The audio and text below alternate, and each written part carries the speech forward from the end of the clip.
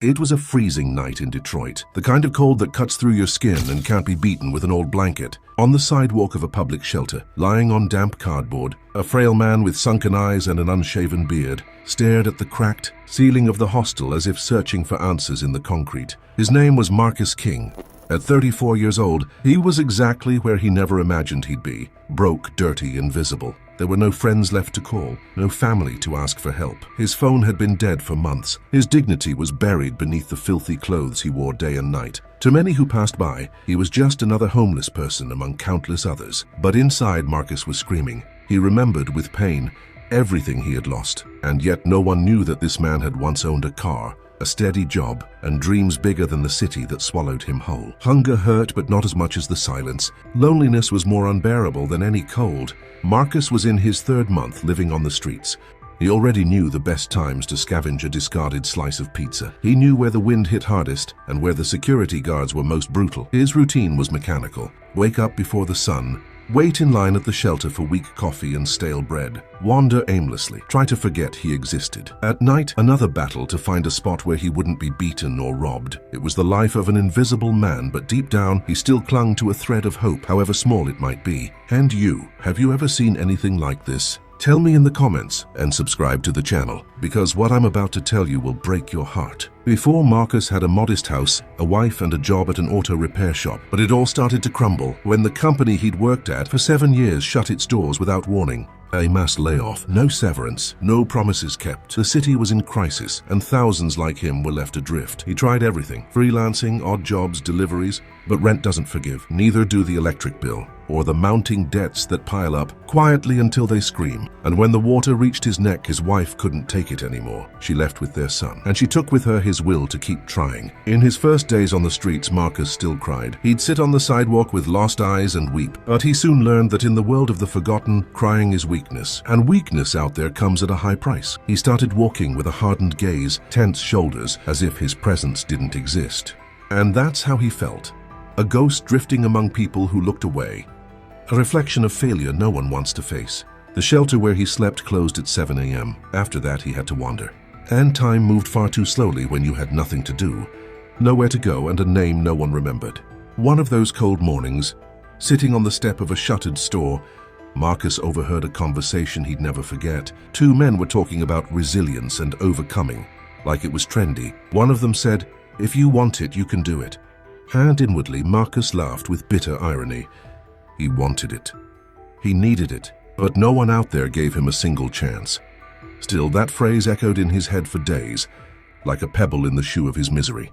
He started wondering if there was still something inside him that hadn't died, something that could still rise. But the answer was always silenced by an empty stomach, aching body, and sleepless nights. Each day, Marcus grew quieter.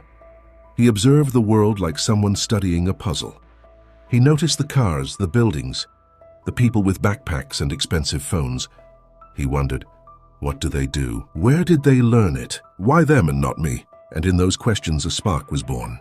It wasn't hope yet, but it was curiosity. And that, as small as it seems, is the first step toward a comeback. He just didn't know yet that he was about to find a toolbox discarded in the trash, and with it, the key to a new destiny. Before the cold, before the hard pavement and the lines for a scrap of bread, Marcus King was just another American worker. Born in Cleveland, raised by a single mother who cleaned houses and sold candy to support 3 kids. He grew up hearing he needed to be tough as concrete and invisible as the wind. Early on, he learned to fix things. He started by taking apart broken fans from the neighborhood, then bicycles, then old engines no one wanted anymore. By 14, he was doing small car repairs in a mechanic neighbor's backyard. The smell of grease and gasoline became part of him. And there he found something rare: talent. He didn't have technical training, but he had a feel in his hands. He handled bolts like a musician plays an instrument. At 19, he landed his first real job at a small shop in town. The owner, Mr. Cal, a gruff man of few words, liked Marcus. He said he had a driver's ear and an engineer's heart. For 7 years, Marcus was the first to arrive and the last to leave.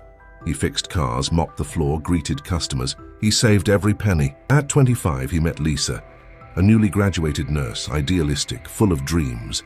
Soon they were living together. They rented a small but clean apartment, decorated with simple furniture and plants in glass bottles. It was a modest life, but one filled with affection. The kind of home that seemed immune to crises. That's when Marcus started saving to open his own shop. Nothing fancy, just a shed with basic tools, a handmade sign, and a phone number scrawled on a card. But before he could bring that plan to life, the economy crashed. The owner of the shop where he worked announced it was closing, said it couldn't go on, and that the costs, the debts, the system, everything was pushing the little guys into the abyss. And in that moment, Marcus found himself unmoored. He had no degree, no safety net, and soon after he lost his job, his income, and in time his own drive. He still tried handing out resumes, knocked on doors, washed cars on the street, but with every no his hope shrank. Lisa tried to hold on, took extra shifts, paid bills with credit cards, but the weight was too much. The fight started, the silence, the distance. One day she packed her bags and left just a note. "You need to find yourself again, and I need to protect myself." Marcus never blamed her. He was angry at himself, at the system, at time, at everything. For months he tried surviving on friends' couches, but too much pride and too little money don't mix. He was evicted, ignored until the last roof vanished. And for the first time he slept on the street. That first night, he sat in an alley with a backpack and 3 pieces of clothing. His sneakers were worn out, his mind empty. He felt like a corrupted file. Everything he was, everything he'd done, it all seemed useless now. The next morning he sought out a shelter. That's when his routine as no fixed address began. But what no one knew was that inside this invisible man, there were still vivid memories of who he'd once been. Memories that somehow never left him. One night at the shelter, he heard a volunteer talk about dignified work and grassroots entrepreneurship. Something lit up inside him, a quick, almost imperceptible flash, but real. He didn't write anything down that day, didn't talk to anyone. But as he returned to his makeshift bed in the corner of the room, he closed his eyes and for the first time in years, pictured a shop with his name on it. An absurd idea for someone who barely had a place to sleep. But in that moment, it didn't seem so impossible. A few days later, rummaging through trash cans for something useful, he found something that would change everything. An old, heavy toolbox covered in plastic bags. When he opened it, he saw tools. Used, rusty, but still functional. Pliers, wrenches, screws, adapters, gloves. It was treasure to someone who'd lost everything. He looked at it like it was a second chance. He kept it like it was gold. And that night, for the first time in a long while, he fell asleep with a faint smile on his face. For 3 long years, Marcus King became an expert at disappearing. While the city buzzed with its noise, sirens, and rush, he turned into a shadow between corners. The modern world has a cruel knack. It makes invisible those who most need to be seen. And Marcus learned that the hard way. He saw people cross the street to avoid eye contact, felt the sting of being mistaken for a criminal by cops, who frisked him like they were looking for drugs, when all he carried was a rusty pair of pliers and an old notebook. Deep down, he was a broken man, not from laziness, not from bad choices, but from a system that doesn't forgive missteps, a system that turns its back too fast. That toolbox he'd found became his only symbol of hope. For weeks, he hid it behind a wall near the shelter, and every morning, he'd head out with 2 tools in his pocket, a small wrench and a Phillips screwdriver. He started offering help in parking lots, fixing loose mirrors, broken bumpers, tightening wobbly wheels. Almost no one accepted. Some were suspicious, others mocked him, but a few, very few, paid $5-10, and that money didn't go to cigarettes or booze. Marcus bought food, paper, batteries, even soap. Every cent was a step away from despair. Over time, he started writing it all down. He found a discarded notebook and created what he called his comeback manual. In it, he jotted down service ideas, budgets, lines that worked with customers. He studied people's behavior, what they said when he smiled, when he stayed serious, when he introduced himself as Marcus the mechanic. This was more than survival.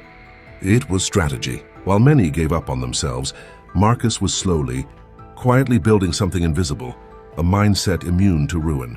But that doesn't mean it was easy. Far from it. He still faced daily humiliations. Once, after helping an old lady change a tire in a supermarket parking lot, she called the cops thinking he was trying to rob her. He was detained for hours. handcuffed without even a chance to explain. The trauma from that day made him avoid people for weeks. He stayed alone, tinkering with abandoned engines in a junkyard where he worked for no pay. In exchange, the owner let him sleep in a corner of the lot. It was there that Marcus found his first real shot, a broken 2004 Honda Civic that no one wanted anymore. For 4 months, Marcus worked on that car with care, patience, and obsession. He scraped rust off with his nails, cleaned parts with a toothbrush, and used borrowed phone tutorials from a shelter friend to figure out components he'd never seen before. It was as if that car was his last chance to prove to himself he was still somebody. Deep down, he wasn't just fixing a vehicle. He was patching up his identity. And the day the engine finally roared to life, timid but steady, Marcus cried. He cried loud, sitting in the passenger seat. Hood open, hands smeared with oil. He understood. He still existed. This car became his first sale. An old man from a small delivery company saw the car running and made an offer. $2,000. Marcus hesitated but accepted. And with that money, he did something few would. He didn't spend it on clothes, electronics, or parties. He rented an abandoned garage on the outskirts of Detroit. Small, poorly lit, but with room for 2 cars. And there, the embryo of what would, years later, become King Automotive Solutions was born. The impact of ruin was brutal, but it was also the most honest school Marcus ever attended. He learned that no one will save you, that the world owes you nothing. But above all, he learned that discipline is more powerful than motivation.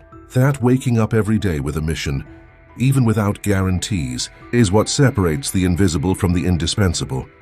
And it was with this awareness that he began to build something bigger than he ever imagined. One step at a time, one bolt at a time. The miracle didn't come like in the movies. There was no light from the sky, no background music, no applause. It came in the form of pain, sweat, and silence. After selling the Honda Civic and renting the small garage in Detroit, Marcus King realized he was alone but no longer invisible. He had something in his hands. It wasn't just a workshop. It was a place where he could turn wreckage into possibilities, and it was with that mindset that he started working, Monday through Sunday, from 6 in the morning until 11 at night, when there were no cars to fix. He swept the floor, polished tools, organized bolts, as if he were cataloging diamonds. He knew, if he treated that place like something big, one day others would too. In the first few months, hardly anyone showed up. The neighborhood was suspicious. Who was this guy? Where did he come from? Why didn't he have a uniform? Marcus didn't have money for advertising, so he made handwritten flyers and started handing them out at traffic lights. At night, he taped them to poles. He knocked on mechanics' doors and offered free help. He said, "Give me a broken engine. If I don't fix it, you don't pay me." The boldness scared people, but it also intrigued them. And little by little, he started getting his first customers, humble folks. Delivery drivers, taxi drivers, single moms with cars falling apart. They came because Marcus didn't charge much. They stayed because he delivered more than he promised. The first miracle happened when one of those customers, an app driver named Ron, had his car saved by Marcus. The engine was about to blow, and no mechanic in town would touch it. Marcus spent 3 straight days fixing it, using recycled parts, improvising with what he had, and the car ran again. Ron was so impressed that he posted a video on Facebook telling the story. In less than 24 hours, the video had 30,000 views, and the name Marcus King became the talk of local groups. The next day, more than 20 people stopped by the garage. Some just to look, others to drop off cars. The workshop, once forgotten, became a small legend. With the growing flow, Marcus used the repair money to invest in infrastructure. He bought a used air compressor, then an old hydraulic lift, which he refurbished himself. He redid the facade, painted the walls, put up a simple sign, "King fixes everything," and with that name, the workshop became a symbol of something bigger, resilience. He hired 2 friends from the shelter, trained them personally, said, "No one here has a degree, but everyone has value." The place became a refuge for the forgotten, and the community noticed. Customers started leaving tips, bringing donations, spreading the word to relatives. Marcus's reputation grew faster than his resources, but the greater miracle wasn't the local fame, it was the return of faith. For the first time in years, Marcus looked in the mirror and saw more than a survivor. He saw a creator, someone capable of turning trash into a legacy. He started studying marketing on his phone, At night, he watched entrepreneurship videos, jotted down ideas, set goals. He realized a workshop was just the beginning. His dream now was to build a group of companies that would give opportunities to those who, like him, had been discarded by society. And so with the profits from the first year, Marcus rented a second location, a bigger garage in another neighborhood. He set up the second branch of King Fixes. He created a free basic mechanics course for street kids. Soon, official city vehicles started showing up. Word was spreading, and Marcus kept working tirelessly, as if he was still sleeping on the cold shelter floor. He wouldn't let himself forget. The pain was his daily reminder that ruin is only the end for those who give up. The first miracle wasn't just the workshop's success. It was the reactivation of a purpose. Marcus understood that surviving isn't enough. You have to multiply survival in others. And at the exact moment the second garage opened, he made a silent promise. No man willing to work would die invisible again. Marcus King never wanted to be famous. He wanted to be necessary. When the second garage opened, there was no party, no ribbon to cut. But what happened there was the quiet birth of an empire built by someone who knew every layer of pain. Someone who knew what it meant to eat a cold meal staring at the floor. Someone who learned, through experience, that a man's greatest wealth isn't what he carries in his pocket, but what he transforms with his own hands.